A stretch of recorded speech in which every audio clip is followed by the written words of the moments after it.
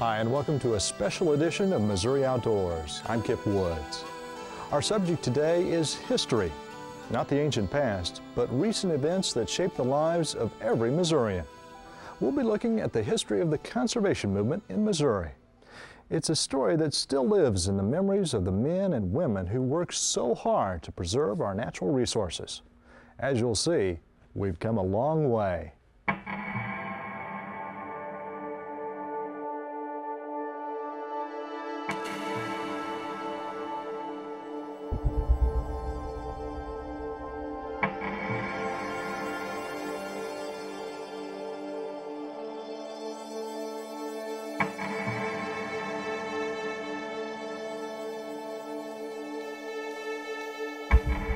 Wildlife was at a low ebb in the 1920s and early 1930s. It was an event to see a deer track in Missouri in those days. They'd even put it in the paper that somebody had seen a deer. There wasn't a deer season, and deer had to be transported and introduced into new areas. Opening seasons was something. When I came to work, we didn't have a deer season. And I can remember going down to Sammy Baker Park and measuring and weighing deer from the hunters. And you take turkeys. There was no hunting of turkeys. And we feel that we did see a lot of progress in a lot of species, so I'm real proud of that. There was a spirit throughout the department that we're on not just a job, but a crusade. We're bringing wildlife and forests back to Missouri.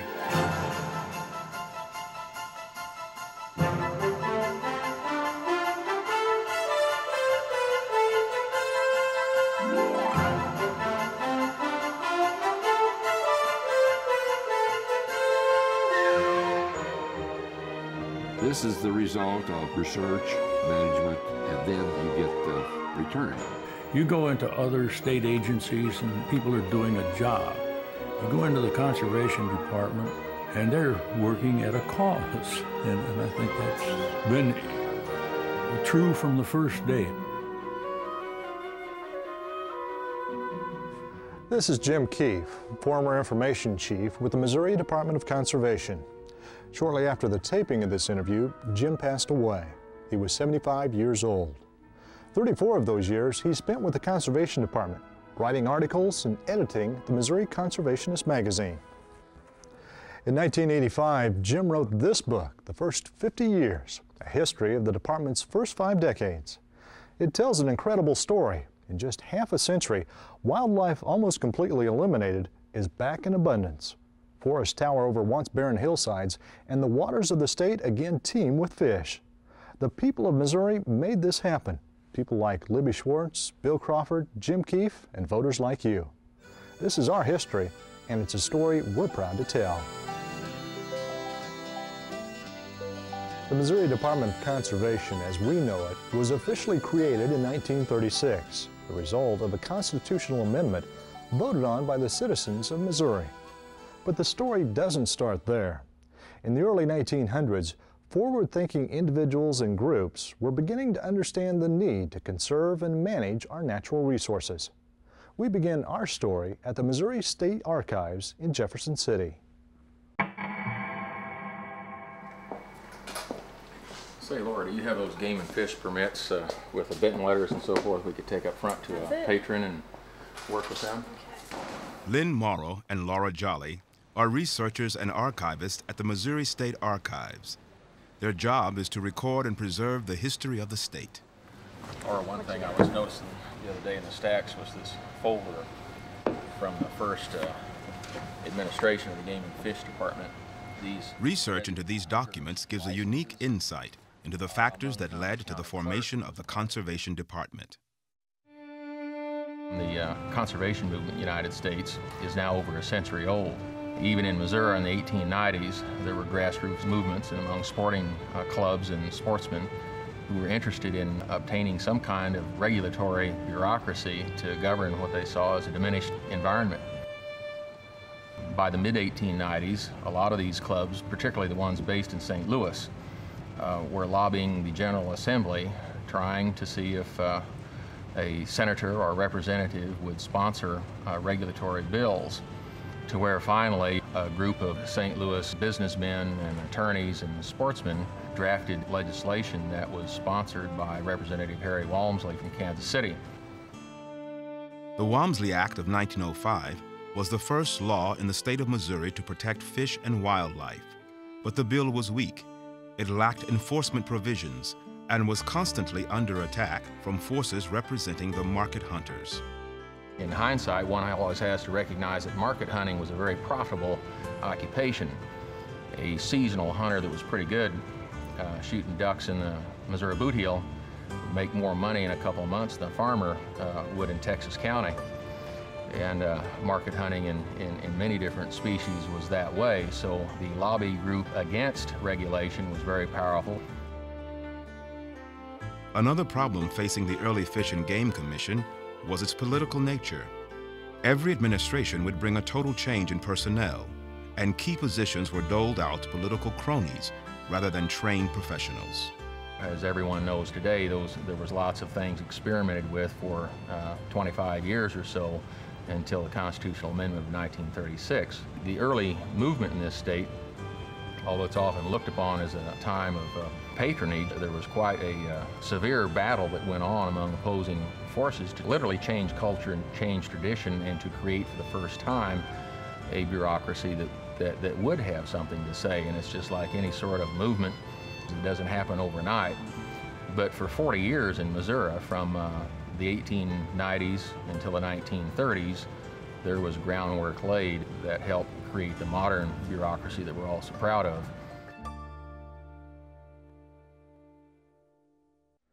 In 1935, Missouri was in the grip of one of the worst droughts in recorded history. The heat and lack of rain dried up lakes and streams, and fires burned the Ozark woods unchecked. Though the State Game and Fish Department had been in existence for over 25 years, the inconsistencies of the political system of wildlife management was doing little to stem the devastation of Missouri's wildlife. Missourians were fed up. They wanted a system for managing game that worked. On September 10, 1935, a group of nearly 100 sportsmen from around the state met at a hotel in Columbia to create a different system. They wanted to take politics out of wildlife management. The Conservation Federation of Missouri was born, and its president was a printer from Columbia named E. Sidney Stevens. He was a little short, fat, balding guy, unprepossessing looking, but he had some kind of charm that just drew people to him, and they'd go out of their way to work for him. Stevens apparently came to the meeting in Columbia with an idea. What they were proposing was a plan for a conservation commission. 4 members, with no more than 2 from the same political party, appointed by the governor for 6-year terms.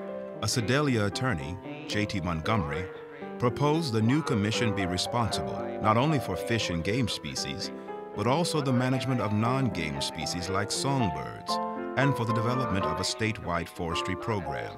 What was being proposed was a comprehensive system for managing Missouri's natural resources, and Sid Stevens knew how to get the job done. If you get a law passed, what have you got? The next legislature could repeal or amend it, and the politicians take over. By the same token, if you attempt to get a constitutional amendment through the legislature, you won't recognize it when it comes out. But if you write the basic authority exactly as you want it, put it on the ballot through the initiative, and let the people vote it into the Constitution, then you've got something permanent. Proposition number 4, a constitutional amendment to create a non-political conservation commission, was born. It started with the people, and started at the grassroots, you might say. Well, I came from a family that my father, he was a principal of a high school, but he was a farm boy. He had hunted, fished all of his life. He grew up with the Model Ts in the early 20s and would travel all over the state and fly fishing in Bennett Springs, Niagara River, and all that kind of stuff. So I came from that background. My dad and I went out and put posters up all over Randolph County. I can still remember nailing up this poster which said, "Vote for Proposition 4." Doing it with the initiative petition is the hard way of doing it, and I know because I've gathered lots of signatures, but it's the sure way. You put it on the ballot exactly the way you want it on the ballot. So that's what they did. And it is proved to be a very good decision. It passed by the largest majority, at that time at least, that any constitutional amendment had ever passed by, I believe, 3-1, or right at 3-1. And that's a big majority, of course. The first person appointed to the new Conservation Commission was the person who helped make it a reality, E. Sidney Stevens. Stevens' first challenge was to get some expert help in the new science of wildlife management. Fortunately, he knew where to go. University of Missouri zoology professor Rudolph Bennett. Bennett and graduate student Werner Nagel had just completed a landmark survey of Missouri's wildlife. As technical advisor to the new commission, it was Rudolph Bennett who developed some of the basic tenets of the new commission. I don't think there's any doubt that Bennett influenced greatly the directions that Sid Stevens went, because Sid was a kind of a dreamer and visionary about wildlife, but he didn't have the technical background that a Rudolph Bennett had. So Bennett was a kind of a, he'd feed an idea to Sid Stevens. Sid could make it happen. I remember Dr. Bennett was teaching a course in wildlife management while I was a student at Missouri University in 1948, and Sid Stevens had died. And Bennett announced it to the class and stood in front of us and cried. He was that moved by the death of this man. Aldo Leopold, widely regarded as the father of the conservation movement, had this to say about Missouri and Sid Stevens. Conservation, at bottom, rests on the conviction that there are things in this world more important than dollar signs and ciphers.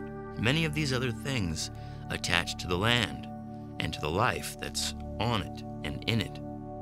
People who know these things are growing scarcer, but less so in Missouri than elsewhere. And this is why conservation is possible here. This is what Sidney Stevens' teachings add up to. This is why land-minded Missourians can, if they will, build on the foundations Sidney Stevens has laid down for them.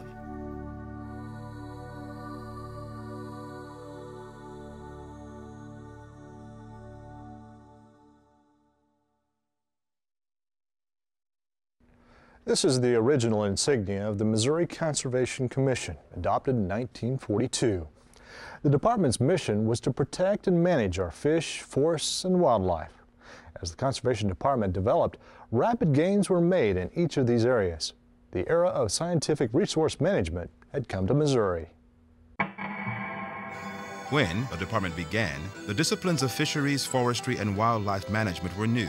Young biologists eager to put new ideas into play took on incredible workloads. Under the direction of the Conservation Department's first director, Irwin T. Bodie, a group of young men and women set out to change the course of history, to bring wildlife and other natural resources back to Missouri.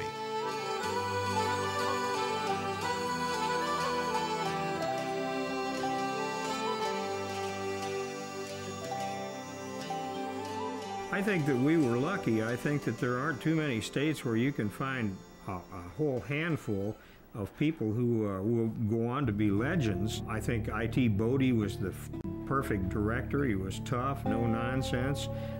He was not a Missourian, so he didn't owe anything to anybody. And they hired biologists, again, in a time when wildlife biology or wildlife management was a baby science. But in those days, they were creating it as they went. And so they hired people who learned it along with the job. They had no frame of reference.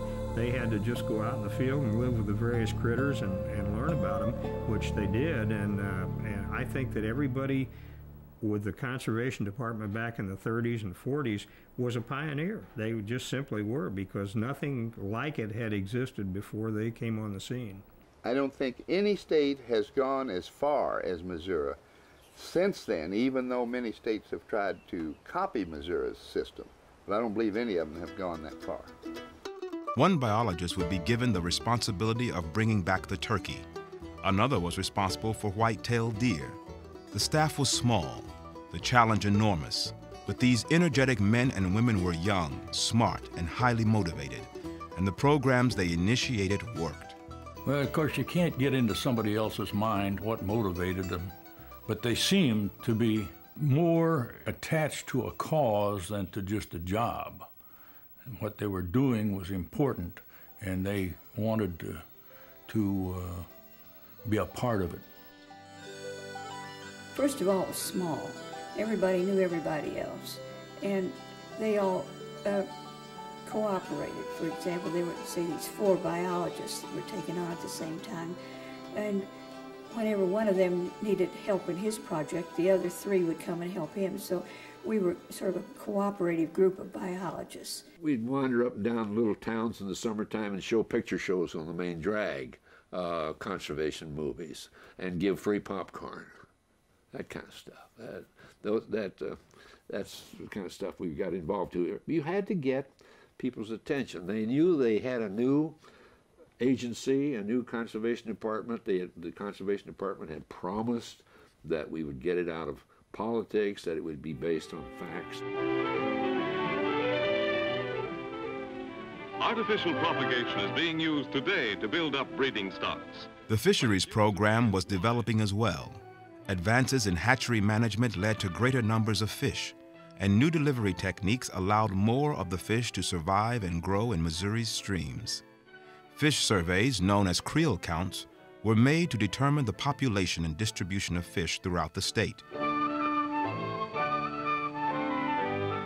One particularly successful program was the creation of farm ponds. Originally proposed as water for upland game species, the program quickly developed into the construction of ponds for livestock, recreation, even domestic water supplies. Coming off the drought years of the 1930s, the department's offer of technical assistance and loans of heavy equipment was well received by the public. To date, it is estimated that there are now over 320,000 farm ponds in the state, many stocked with fish raised in Department of Conservation hatcheries. In the forestry program, there was one overriding problem to be dealt with: fire. Under the direction of the first state forester, George O. White, a small handful of young foresters set out to begin the impossible task of controlling wildfires in the state. Burning the woods had long been a local tradition in the Ozark. It was thought to promote the growth of grasses and destroy ticks and snakes, but the bare ground left after a fire was eroding rapidly. The Ozark Hills were bare. Again, the first challenge was dealing with public perception. Fighting fires, usually with hand tools and without heavy equipment, was difficult and dangerous work. Well, there's times you can't get your breath for the smoke. Just plain hard work. If you learn what to do to a fire when you get there, well, you can make it easy on yourself, or you can make it hard on yourself. Where to put the backfire is critical, where not to, where to try to stop one, or where not to. And after you fight a few fires, you know what the fire is going to do, and generally can outguess it. Irwin Bodie served as director of the Conservation Department for 20 years. Under his leadership, wildlife returned to Missouri. Forest fires were suppressed, and farm ponds dotted the countryside. The institution was functioning well, and the public was pleased with the results. Fish, forest, and wildlife were once again part of Missouri's natural heritage, and the stage was set for the next step in protecting Missouri's resources: the design for conservation. On January 1st, 1967, a new director took the reins of the Conservation Department. Carl Noren had been a biologist with the department since 1940 and was instrumental in bringing the populations of raccoons and deer back from very low levels. When he took on the new position of director in 1967, he faced a different kind of challenge. Increasing demands for department services vied with inflation to decrease the department's coffers. At the same time, revenue from hunting and fishing licenses, the traditional method to fund a fish and game department, was not keeping up with the rising population. The department was facing a financial crisis. Noren knew that something would have to be done to ensure an adequate and consistent source of funding. The result was a program called Design for Conservation.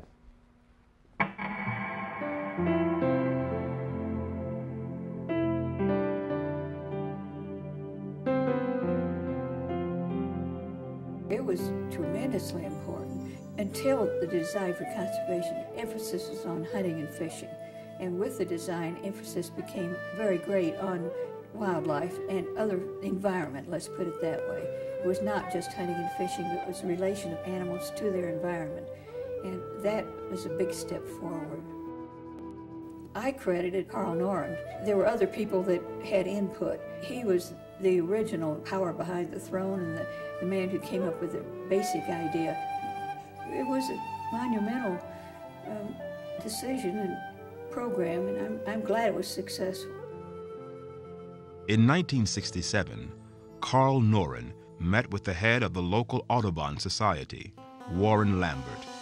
Though their meeting concerned the hosting of a National Audubon Society meeting in St. Louis, the seed was planted for a much bigger idea: developing funding sources to protect non-game species. Once again, the Conservation Federation of Missouri, a citizens group, got involved, and a plan was created to ask voters to approve a 1-cent tax on soft drinks to support an initiative developed by the department now being called the Design for Conservation. We first tried to finance this Design for Conservation, or the big new overall program that was recommended. The first one, we got enough signatures for the soft drink tax, 1 penny per bottle, but we made an error in drafting that and left off the enacting clause, which merely said, be it resolved by the people of the state of Missouri that the Constitution be amended. That was all that's left off, but it was enough. And we went all the way to the Supreme Court and we lost it. So they weren't just exciting times, they were grueling times. It was tough. And then, of course, when we got all these people involved and they worked their hearts out, and then they found out that we lost it really by stupidity. We just made an error in drafting. You think that was hard. Then going back the second time was really hard, because they'd already worked their hearts out once and saw it blow up in their face. And so it was tougher the next time. So they licked their wounds and thought about it and went back and decided, all right, we'll try a conservation sales tax. And that was to be a 1/8 of 1% conservation sales tax earmarked for conservation programs and no other purpose. They began working on that. Again, the same group that walked the streets and got people's signatures, collected signatures to get this on the ballot in 1976, I believe. It was a close election, and the results took quite a few people by surprise. We trailed all night, and it was about 4 o'clock, 3 o'clock in the morning, I guess, way, way late. One of the wire services called me and said we had lost it. I have a comment. I asked her how bad we had lost, and she checked and came back and said, well, you're ahead now. So we sneaked it through at the last minute. Well, we were all kind of stunned. Even though we hoped it would pass, and a few of us knew it would pass, it came as a big surprise. Here we were on Wednesday morning after Tuesday with a whole new program to come up with, but nobody realized how big a job we faced. Well, you know, the Design for Conservation, one of the major foundations was to acquire more public land. And there was a bunch of citizens that really didn't want the state to own 1 acre of land. They said we were going to steal land, we were going to use eminent domain, we'd go out here and take somebody's land away from them. None of that's ever happened. We paid fair prices for everything we bought. And they've doubled what was owned by the Conservation Department before the design was passed. Also, the creation of the nature centers, the creation of a conservation education program has been a godsend to the state of Missouri, and Also the natural history section, which includes botanists and zoologists and herpetologists and whatever. All the disciplines, I guess, in the outdoors that are not specific to hunting and fishing. I think those are the major accomplishments. Well, you know, I'm proudest of having been involved in the Design for Conservation campaign and seeing it pass and seeing what's happened with it since it passed. And we really worked hard, and I can't help but be very proud of that. Through the years, the men and women who've contributed to the conservation movement have changed.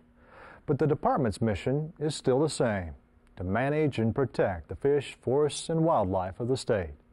It's a mission that provides Missourians the opportunity to enjoy our natural resources today while ensuring future generations that same opportunity.